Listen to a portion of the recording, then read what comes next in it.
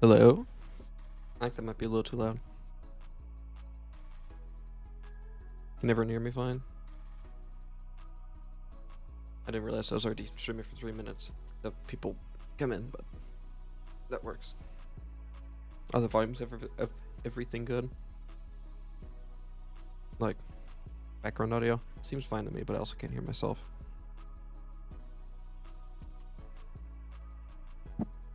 Swag. So,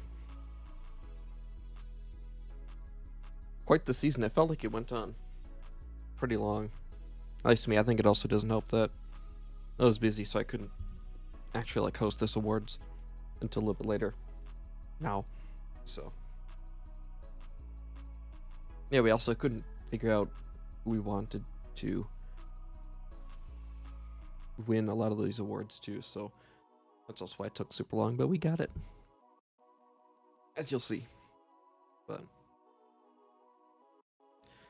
yeah, I don't think we have any new awards this season. We didn't really talk about new awards, so it's a lot of the same ones, but a lot of good winners. So shall we get started? Okay.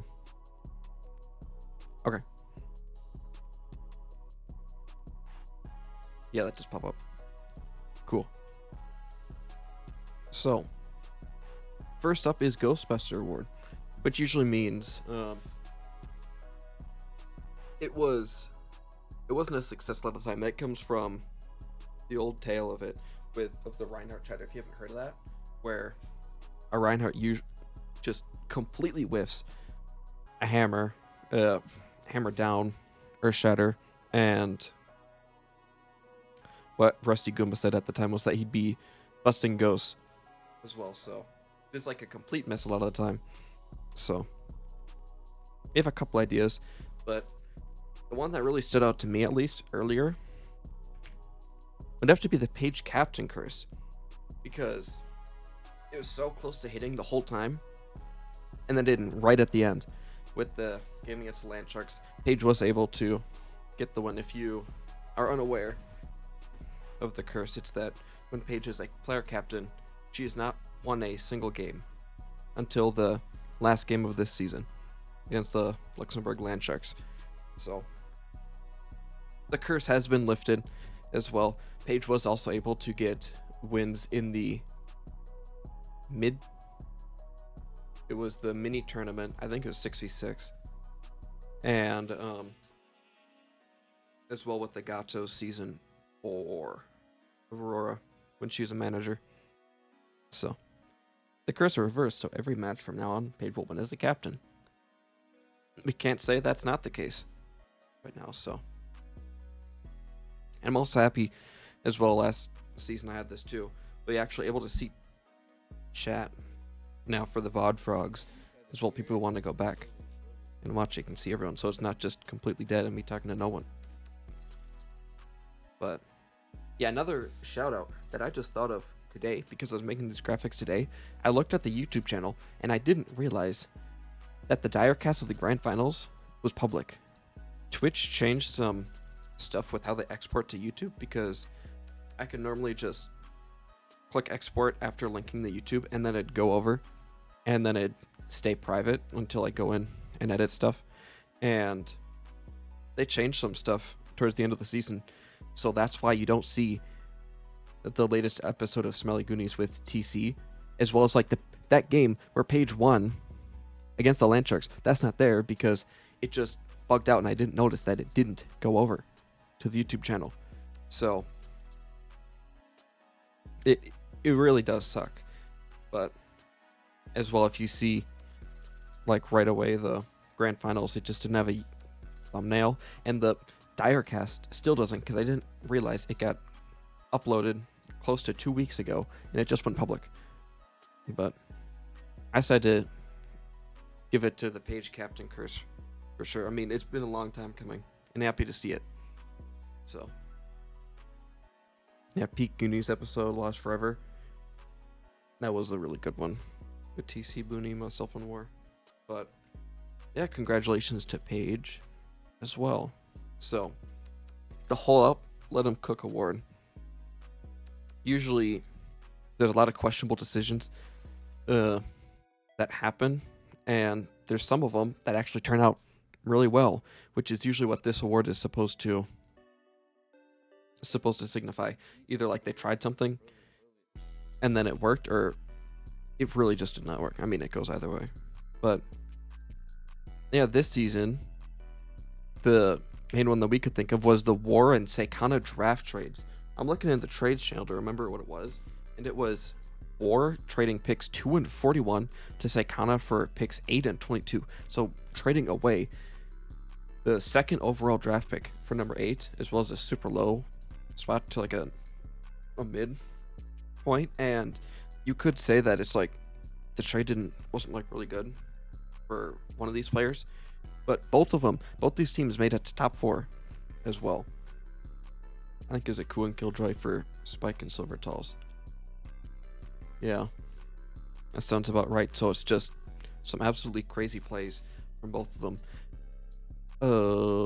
What was the score? I think, yeah, when they faced off against each other as well in the Muskie Bowl, it was a 5-map banger. So both the teams super, super strong. I could see any of them winning, especially like on any given day.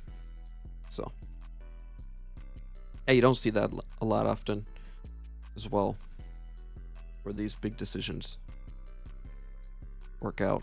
Let's see. Yeah, the Mankato land was last season's, which was pretty funny, and I had the scuff game between the Bobcats and the Zillas. But yeah, the best meme this season. Also, if you didn't know, if this is your first awards, we have a lot of these like sort of silly awards, I guess, towards the beginning, and then some more serious ones later on.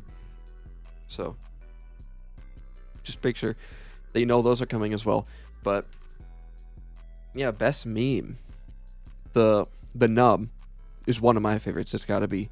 It was, if you don't remember the nub, we were trying to figure out a draft, like a way to run the draft where this 7-player team would be able to actually like get something good. So we created a system. It was in between rounds 4 and 5, where that 7th player captain would just get an additional pick.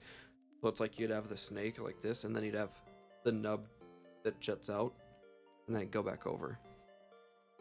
As well, that was where the name came from. So Booney SPN parlays as well. Whenever Booney would have his famous couch cast, a lot of time he'd do gambling as well, and they just do it on a whole bunch of different metrics as well, which is really fun. Tuki Puck. If you don't remember that, I don't think it's as big, but the idea was that, if I recall correctly, that the Freakus didn't have Tukapuk for one of the last games, so I think he'd be playing either DPS or support, or 2 roles. And what Oaks tried to do at some point without realizing it as well, so he got a ringer for both the roles, and then right there, EJ got proof for Took support, Gugu got proof for Tookie tank, and Sully tried to run both of them at the same time, essentially cloning Tookie Puck and getting a ringer for both of them. He didn't realize, and it was avoided as well, but that's another funny. So, as well as the last nominee for this, the Say Ari Power Rankings. I can't tell you, I mean, Seikana and Ari would always get together every week, I want to say, and it just make these crazy power rankings and drop a truth nuke in the PR discussion chat. And I don't know if people could tell if it was bait or not. At least I couldn't tell. And I know people are like, surely it's not bait. Some of these things, a lot of it's good, but then there's some outliers which are crazy that a lot of people thought. But it would just happen consistently pretty much every week, and a truth nuke every single week. And it was good. You like to see a lot of stuff like that, but the best meme of this season is the nub. We voted.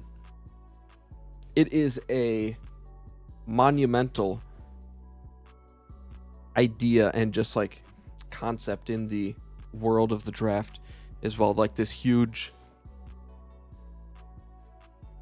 thing that we are able to come up with and try to push. It is the one, it is the savior, the thing that saves the 7-player teams as well.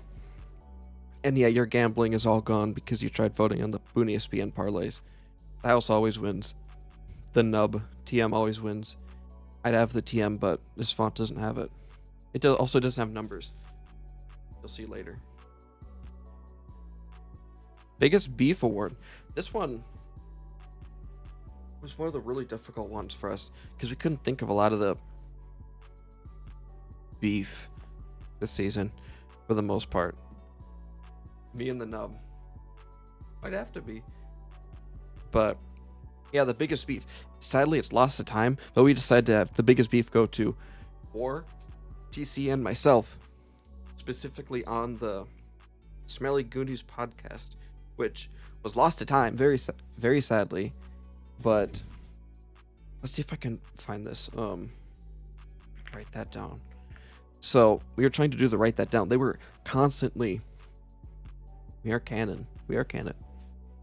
I've got it written down here as well, but they were just coming after me this whole time. And like with these, write that down, especially TC just saying that we lose quarterfinals as well against the Keller Hall basement dwellers as well, which was good. So I just did not expect that. So I decided to shoot my shot against the Blahas and the Izanagis, saying Izanagi doesn't make playoffs, which did hold up. And then Izanagis didn't make playoffs, and then Blahas lose semis, which did not happen. It was close, but did not. And then after that, War decided to shoot back at me and saying that week 8, we'd lose to the Moon Baboons 3-2. And we didn't lose a map, so. It was heated. That was the first heated podcast I think we've had, but it's very sad that it's lost to time. And we couldn't also think of anything else. Biggest beef. So, yeah, best clip as well. The one that's always voted on by EJ, our content lead as well. So he actually has top 3 this season, with number 1 winning it all. So there's a couple honorable mentions. Let's see if I can. I didn't set this up earlier. Window capture.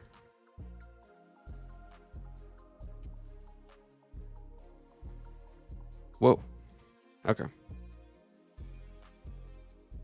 What a time. All right, here we go. Let me just pause the HV music so we're able to get this going. So this is number 3. Honorable mention. Murdoch's week 4. Spinal going in, but he answers up, but he manages to catch one though, and Win finds the second as well. HB still holding to the hideout. Murdoch's with the 2. 3. Murdoch's trying to be the unsung hero. It's 4. Wants to close the map out for the Ishikawa Izanagis. Wants to get the shutdown to HB, but HB is stalling out the point. 5. And now. Yep. This clip. MF Boone snubbed. Fair. So yeah, 5K, which closed out the game against the Land Sharks, and they would have lost if Murdochs did not hit that. That's the idea. Actually, hold on, let me drag chat above it. There you go. This is number 2. the Neptune 5K against the Swagasaurus squad.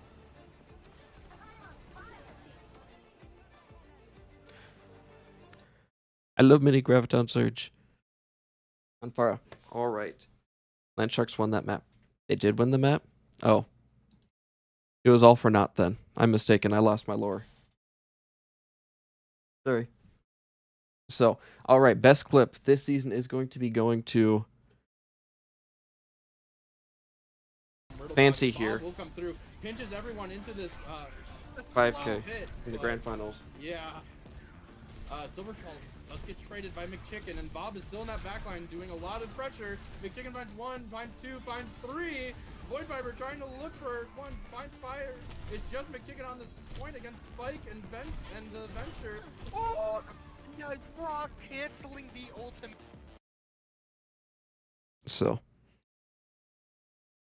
yeah, congratulations to Fancy for getting the best clip that season. This season, excuse me, as well. I want to say if Fancy did not hit that, then we probably would have lost the grand finals there.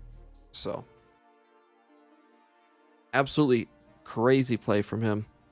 So, he's going to be earning best clip with that. And thank you, EJ, for all those clips as well.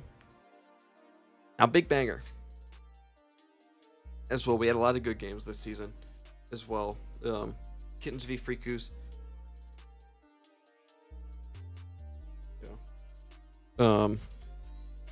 Yeah, Kittens were up 2-0 against the Freakus, and the Freakus were able to reverse sweep. Sadly, with the Kittens not able to get that first win as well. I'll say this was like mid-season. And you see it says Kittens, say Kittens too, because this font doesn't have numbers. But yeah, Izanagi's versus the Empanadas. This was week 7, I want to say, and it was 5-map banger, and a lot was on the line with this game as well, with the winner basically guaranteed to get into playoffs. It was really like the winner had a very, very, very high chance, while the loser did not. So yeah, Blajas versus Silly Geese as well. Like I was saying, that semifinals game, the Muskie Ball as well, where it's a huge 5-map banger. And then the grand finals between the Blajas and the Swagasaurus squad as well. So, I mean, with this, you sort of have to think there's only got to be one winner, which is the grand finals. Another absolutely crazy finals. Last season, we had the Sea Dragons and Slouchers, which went to 7 maps. Basically, last fight as well. Same as this, which you do not have happen often. I want to say before the Slouchers, Sea Dragons, it was the BBQs game against the Gaming Golems in Overwatch Season 3. A lot of these finals are complete wash, but these ones didn't Pelicans to go to map 5. I'm talking about map 7 or 8, really. I would believe that the Pelicans would map 5 though. 6? Oh. Well, I think yeah, that's close enough. But you don't have it happen. You don't have it happen often. Is what I'm getting at. So, yeah, congratulations to those two teams for getting big banger. So, I'm so excited, Ward. What are you guys excited for about Season 8, which we revealed nothing about because we also haven't talked about it very much. So, there's one thing that comes to mind as well, is that Booney is back as admin again. He's back, baby. Even in Discord, admin with a 1 instead of an I. If there was one person that ran away with the Overwatch admin voting, it is Booney completely. He like trounced everyone. If I'm leaking. So a lot of people wanted Booney back, and we have him back. So I know that's what a lot of people are excited for. All right. The Shapeshifter Award, which is named after the Mystery Heroes title, we'll get to later. And this is usually to celebrate, honor, give credit to players that like to play a lot of roles this season. Sometimes we sort of flip-flop between either they play a lot of roles or they play an off role. We wanted to go for playing lots of different ones as well. Like, I wouldn't count because I'm a support player, but I played DPS. So you have Razmataz going between DPS and support a lot of the time on the Luxembourg Land Sharks. Booney going between all three roles on the Kawatis. The infamous Booney Reaper as well. The Orange just scaring off everyone. Mardox able to play the support when Moon was on DPS and the DPS when Moon was on support.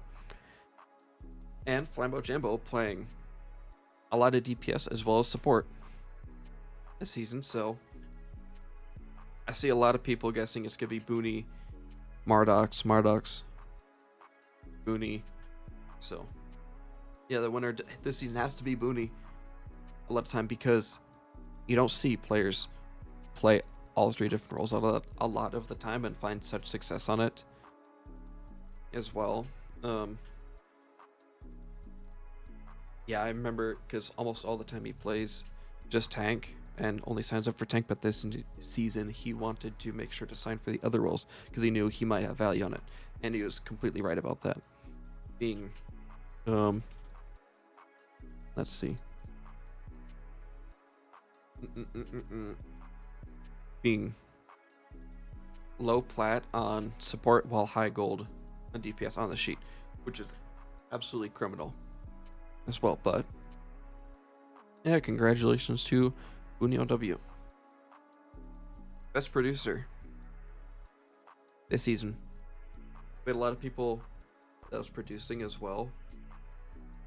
So I want to say this is mainly off of statistics. These producer and caster awards are from Panini, at least. The production head.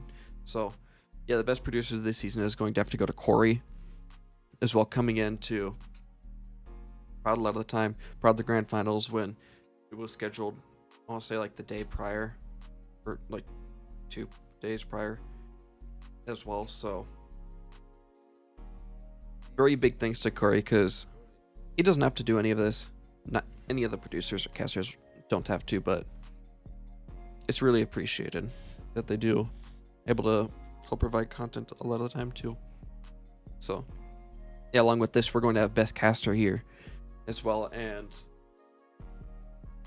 if there was one, if we still had these awards combined to best broadcaster, then I would probably have to go with this person right here because of how much they absolutely did this season. I did not see it coming, and they just sort of came out of left field and just kept producing and casting over and over and over. That's just got to be dire. Not even playing this season. I want to say Typhoon a couple seasons back was streaming them, and Dire sort of does the same thing where they don't sign up for one reason or another, but they still help out a lot of the time, especially with the production and casting. You see a lot of these Dire casts come in, a lot of them on the YouTube channel as well, and he sort of gives his own spin on it as well. It's like a sort of chill, like at least with the overlay and stuff that he has, but he still takes it super seriously and tries his best. And as I'd always said when I did the scuffed casts all the way back when, that any coverage is good coverage a lot of the time. People sort of just want to see other people's reaction to how they play. So huge thank you to Dire for everything that you did this season, especially with the Dire cast. It's really appreciated. Coming in, even doing one of the grand finals, which doesn't have a thumbnail yet because I didn't know that it was already public. But yeah, best duo this season. There are a couple of notable duos here. Corey and Booney as well. I mean, the roommates as well. They always sort of end up on a team with each other a lot of the time. Yak AST robbed. That's another good shout out as well. So yeah, I want to. Booney, do you have the number of how many times you've been on a team with Corey? I know there's like Fisherman and Zenus and not Overwatch team. There was 4. Only 4. Yeah, but it feels like recently you're sort of inseparable like that, and able to get a lot of good value with you this season. Quaddy's doing really well, staying number 5 consistent every single time. So, Ribbon and Milo, New Guinea Pigs, Fisherman, 2 Xenos Quaddies. Okay, yeah. So Ribbon and Milo as well from the Baja Blasters. I want to say they're roommates as well from what I know. But always able to do super well. Whenever Ruben would not be present, Milo would be able to take over.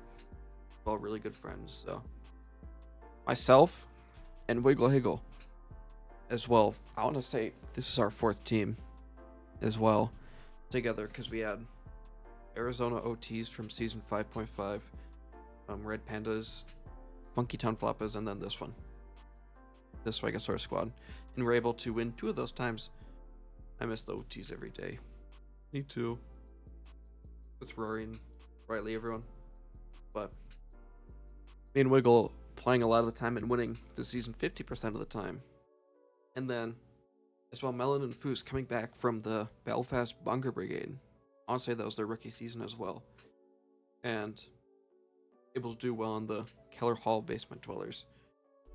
So, yeah, the best duo that we voted this season has to go to Melon and Foos.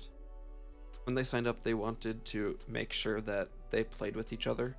And when BBQ would be messaging me, because he didn't know a lot about the new players, and I'd give him a lot of info, I was sort of preaching that these 2 players are super good, that they want to play with each other, and it'd just be a really good time. And it was both super, super good as well for their value, especially. So, a lot of good vibes and stuff. I know for Melon, I've never talked to Foost, so I have good expectations of it, at least. So, congratulations to Melon and Foost for winning Best Duo. Alright, the return. After the auction, as the auction came in, we were able to swap this over to Bargain Bin Deal as well. But now, Mr. or Mrs. Irrelevant is back, baby. If you do not know what that means, it's just the same idea where a good player that got a lot of value went very late into the draft as well. So, the 4 nominees that we have is Krill from the Iced Out Isopods, going 3rd to last at pick 69. As well, really, really good Lucio player, likes to play aggressive from what I know. So, and Flambeau just praising him as well. Big Brain from the Hatsune Frikus, which went pick 59, the 2nd pick of the last round as well. I want to say they're on the sheet at 3,300 support. Panini, or whoever, do you know what SR Big Brain is now? I know they improved a lot, is the big thing. Able to prove themselves on the Hatsune Freak as well. Mid-Masters. Yeah. Masters and Scrim GM. So, absolutely crazy glow up, especially from that 3,300 calced support SR. So, Moon, as well, the last pick of the draft, going the way to the Ishikawa Izanagis. I remember when I'd be making a lot of the teams and just trying to think of what each team wants to do, I didn't know where Moon would go because the SR was so high on support a lot of time, and that'd just be a hindrance. But the Izanagis were able to find a lot of value with them, and it really helped that they had Mardox as well, because Mardox was able to off-roll on DPS whenever Moon wanted to play support, and vice versa. Moon able to find a lot of value on that DPS role, especially. And last but not least, Wallafish, Mr. Whalefish, going a lot later than I expected. I think the 3rd pick of the draft, 3rd pick of round 5, last round, at pick 60, to Corey and the Kawadis. I saw that he was able to show off a lot of his DPS prowess, especially as the Quadies were doing really well, and he even had some tank maps, I want to say, and like play stuff like Orisa, which is a throwback to early Overwatch 2 when he played a lot of Orisa. But all these players going a lot later than I think they should, especially with how they performed over the season. But the winner of this season for Mr. and Mrs. Relevant has to be Moon as well. Absolutely crazy player. I expect him to go a little bit later because the highest are, but I did not expect as far as he did. But Mr. Irrelevant, the name also works because I want to say the original one, at least I was looking at the NFL, that goes to the player that was picked up last. Paid off. Yeah. 4200 support and 3550 DPS with Paradox. 50 lower on support and 50 higher on DPS. Just absolutely like able to sort of switch each other out. So it's huge plays from TC, Moon, and everyone on the Izanagi, so congratulations to them. Alright. EMA, Peter, and Patricia. Who has been the most positive player this season? Here are 4 of our contestants.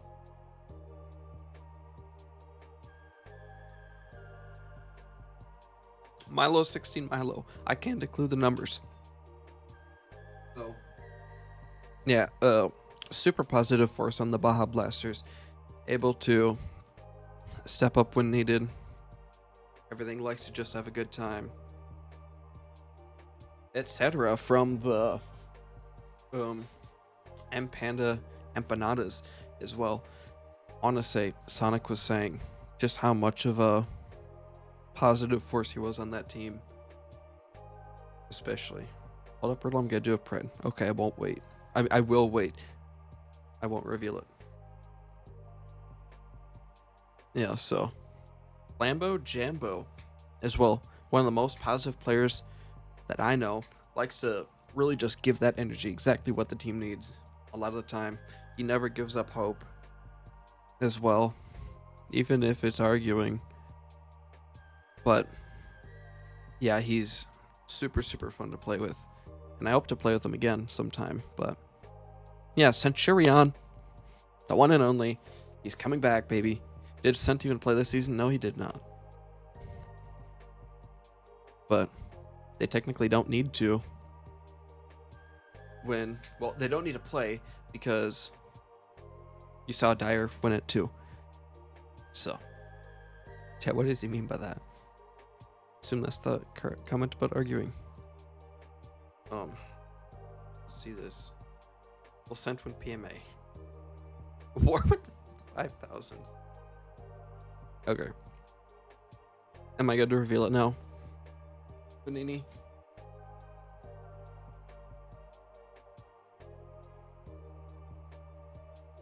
Seems like a lot of you don't think it's gonna be sent, especially Skysaurus with his 36k. You good? All right. The winner for PMA Peter Patricia this season is gonna be Etc. It is not gonna be sent. I'm sad to say. To Flambeau, to War, as well as the 2 others that I cannot see. So, I want to recount. Yeah, so, Etc. coming in, I think, out of left field a lot of the time. As, let's see, I want to see exactly what Sonic said. Very positive force. And he was able to make up with a lot of people as well this season. So, yeah, congratulations to Etc. Next year's his year. Just you wait to send. So, yeah, you really like to see these positive forces coming out in the community, especially. So, always makes a good time. Won't stop Centurion from getting PMA Peter 14 times in a row. All right. The Commissioner Award. It can be to whoever I want for whatever reason I want. And all the admins knew the winners on these, except for this one. And I just decided it earlier today because I couldn't. I was like, trying to think of who to give it to. But I've been meaning to give it to them for a while, but other candidates have sort of just sprouted up, especially. But the commissioner award this season is gonna have to go to the one and only EJ, especially. So EJ just constantly pumping out these videos here for the YouTube channel, all these top plays, which get crazy numbers, by the way. The playoffs one got 176 views. It constantly gets 100 plus views, which is absolutely nuts, especially. And I just know how much work it is to edit stuff like this, and really it's to get the clips, because even when I was doing it to have people submit, no one would submit. But it's just so much work to get all the clips as well and sort through every single thing week after week after week. And also you have to get them before the before there's a patch and the replays actually get it. You had to work around bugged replay viewer too. Yeah, that was super annoying. So I really do know how difficult it is for a lot of this stuff, and I'm super thankful to EJ for doing all this. Super nice guy and everything. Always loves to help out where he can. So yeah, thank you to EJ, because I know you've also done these videos and stuff for past couple seasons as well, which is a lot to do season after season. Yeah. All right. A lot of the big awards, especially here, coming up. So, most improved this season. 4 of the nominees that we had is Voyager from the Panda Empanadas, playing a lot of that DPS hit scan as well as support. A lot of the Alari, if there's one. I think I said this before somewhere, but if I think of just the general Alari player in Aurora, like if I think of Hazard, I think Spike. And Zarya Fancy. If I think Alari, I think Voyager, because there's not a lot of people that play Alari. So yeah, Ruben Lagoons able to play well on the Baja Blasters. A really good showing, even though the team did not do super well. So, and also they were a better captain than I expected. I think I just didn't know what to expect, because their first season was with the Tokyo Zillas the season prior. So a sophomore captain coming in, and how they performed their duties was alright. It was pretty good. So Tommy Slat as well, my fellow Shanghai Sayori, as well with his rookie season there. But he was able to do well on the Izanagis. Whenever they'd have him in, I noticed that they just do consistently well. He'd bring the energy a lot of the time, whether it just be on, I think he just played tank. Honestly, correct me if I'm wrong. I played tank a lot of time, and he would just always have a good showing. As well as the last nominee here, FS Bum, or Fire, more commonly known as. He locked Ryan when I was already on ball. Yeah, he did play support. Okay. So, just playing well there. But Fire able to improve really fast while on the Swagosaurus squad, with his SR on the sheet being 3650, and reached GM, didn't he? I think after the reset. I think that's where he's at now. Signed up for Kitsune League and went to upper, because I dragged him to upper. Yeah, he's like GM 3 or 4. So improving, especially in the SR front, really well. Sharing support with Para on our team. So the winner for most improved this season, it's gonna have to be Fire. I think just the crazy climb that he had, especially on the team, just playing support over and over and over, and like just keep playing comp over and over and over, and just is super like focused on improving. I remember when he first signed up and he was traded eventually to the Corsairs, that he'd just keep practicing his tank. Play tank for what role did he play for you, Benini? But he was basically people knew him. Yeah, tank. People knew him as like Oaks' son, Like, just because he'd always look to improve.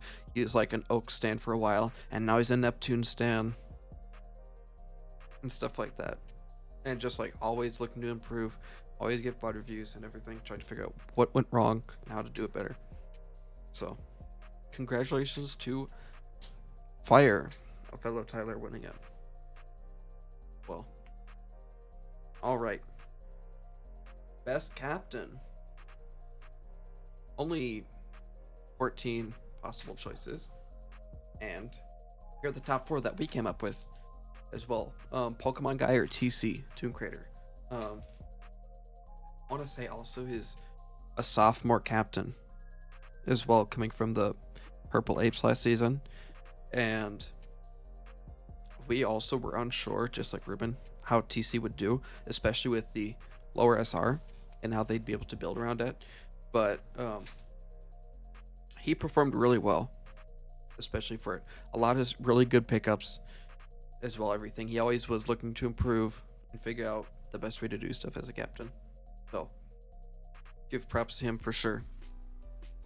Panini as well, from the Swagasaurus squad, he would always try to find his scrims and figure out VOD reviews if we wanted to get VOD reviews. And right before the grand finals, he watched a whole bunch of VODs from the Laws, and he figured out all of their comps that they normally run on the maps. And it's like, okay, if they're going to Paul, they're going to go this way. I mean, why would they change it going from one game to another, especially if they don't scrim a whole lot, you know? And if it worked before, it'll work now for them, is what they're thinking. So doing absolutely crazy research and able to really help us win the grand finals against the Blahs, as Fancy was saying in the MVP interview. Seikana, our last confirmed captain. We were looking for one more, and Seikana came in and was like, I heard you're looking for one. I can if you need. And came into a mess at the time, as they'll remember.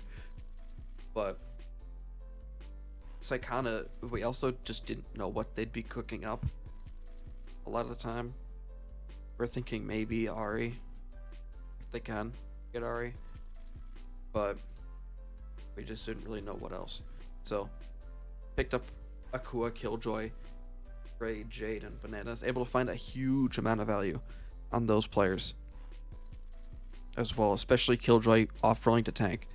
So yeah, our last nominee is going to be War from the Blahas, able to always be a positive force when he wants to be, and does a lot for the team.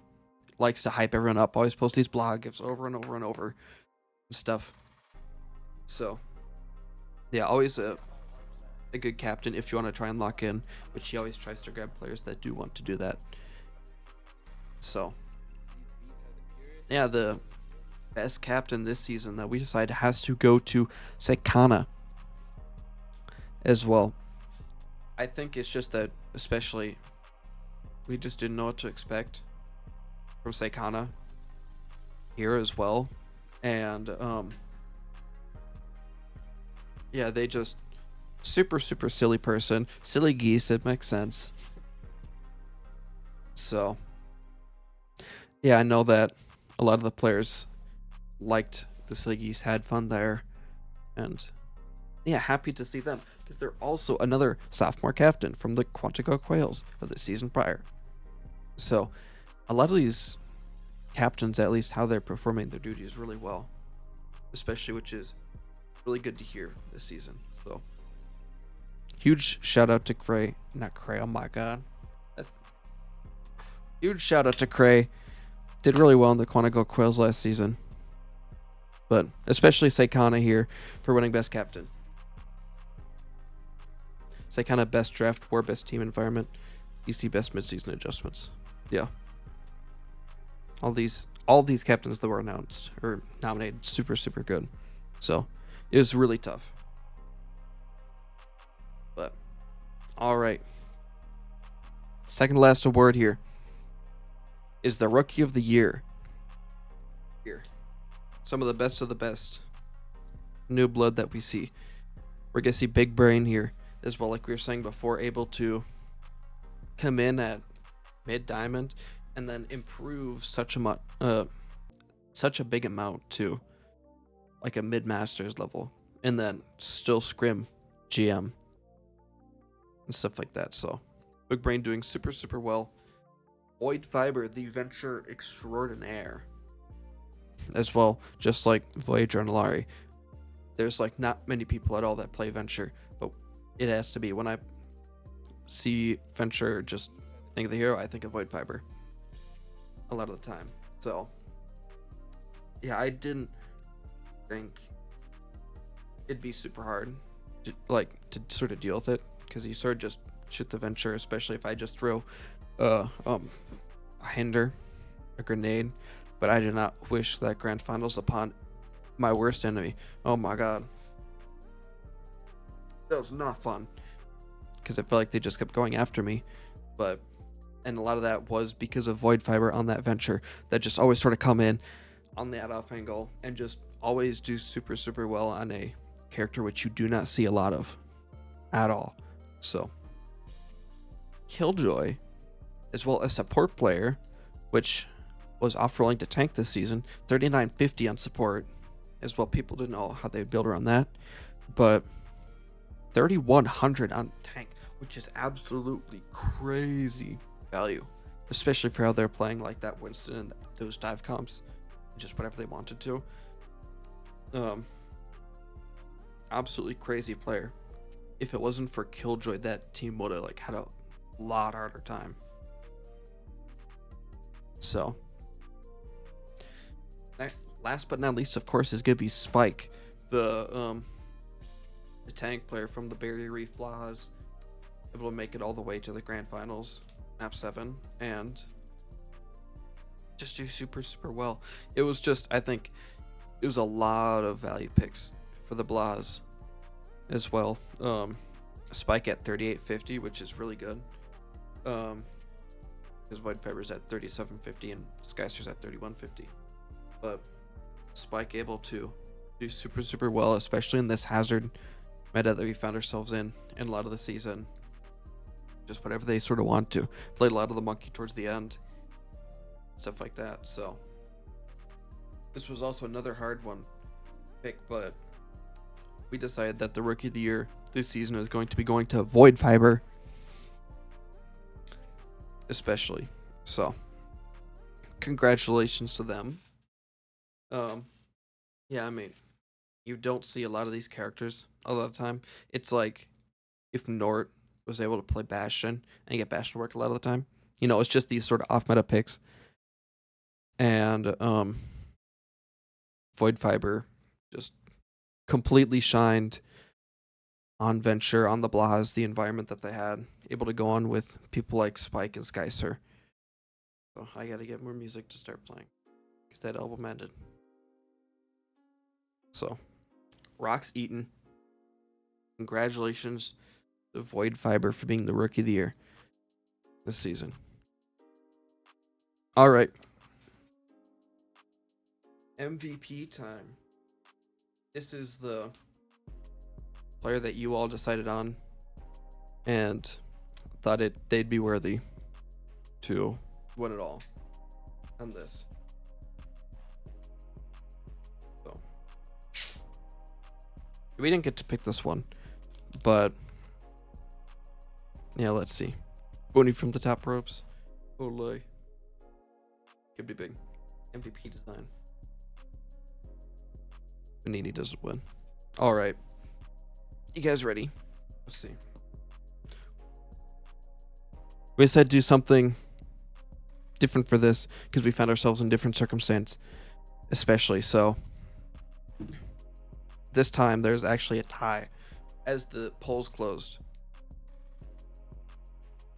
So this time we actually decided to give it to two players that both completely deserved it. We didn't want to snub either one of these players, especially. So I heard that's what they do before. So your first two-player MVP this season is actually going to be Spike and Fancy, the two tanks that won, that went against each other in the grand finals here, as well. So yeah, Spike. I know Skyster was seeing it especially as well that Spike didn't win Rookie of the Year, so it is like presumed that they'd win MVP, which is true, at least. As well, just able to do super, super, super well. No one sort of knew how they'd be this season. Just a collegiate tank, friend of Milo and Ruben that we know, and it just did so well.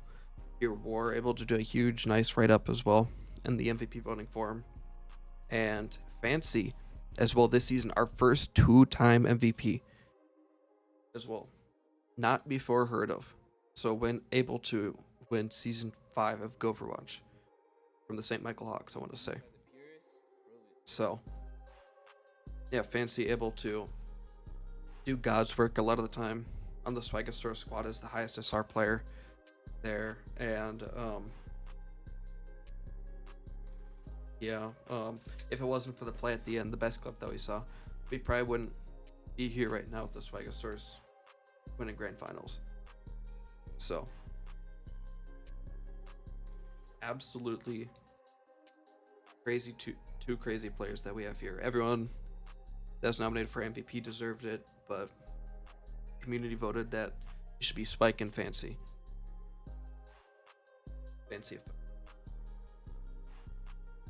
All right, that pretty much does it here for this season. That has a nice bow on it, wraps it all up.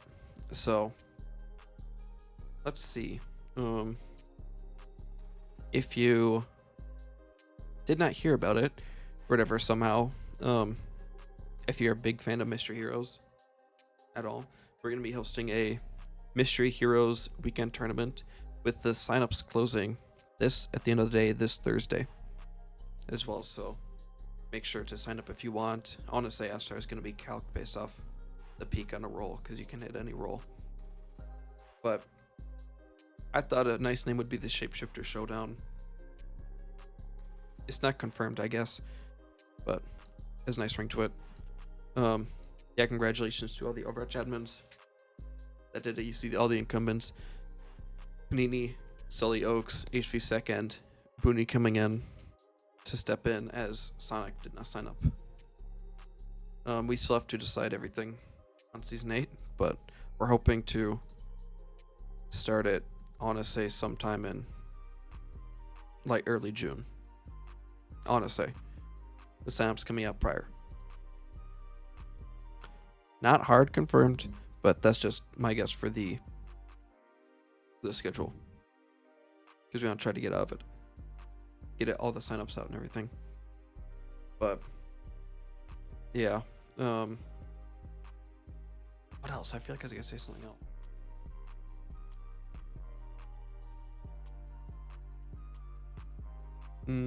I can't remember. Oh, right. Our bans implemented. Add hero bans. We have not discussed that yet. So, Riddle, when you ask him, I was like playing the grand finals. Yeah. So we have to try and discuss a lot of the ban stuff. We saw a lot of stuff on feedback and able to read through that still, but we just need to try and work through if we're gonna do stuff like bans, or if we want to. Yeah, for a fun league, no bans is fine, is what I think, at least personally, after doing it in Kitsune League twice. Also adds a lot of time between the maps, but we'll find out what we all want to do, and then we'll announce it as we decide. But yeah, look forward to Season 8 of Aurora Overwatch Clash. I'm going to be deleting team chats and team roles when the signups for the Mystery Heroes thing closes on Thursday. So say your goodbyes to everyone. Add your Discord friends, add your group chats, your servers, whatever. Figure that all out, because I'm gonna delete it going into Friday. At the end of the day, Thursday. So yeah. I think that just about does it for me here as well. So Unless Twitch Shed has anything else to say. But yeah, GG's. Congratulations to everyone that was able to take home an award. And feature our first double MVP and 2-time MVP, as well as Spike and Fancy winning that. So, alright, yeah. Booney is trying to do a charity stream sort of thing. So, stay tuned for something like that. It'll be a good time. I think last time we did it was a couple years back, and it worked out really well. Honestly, it was like around Thanksgiving time, but yeah.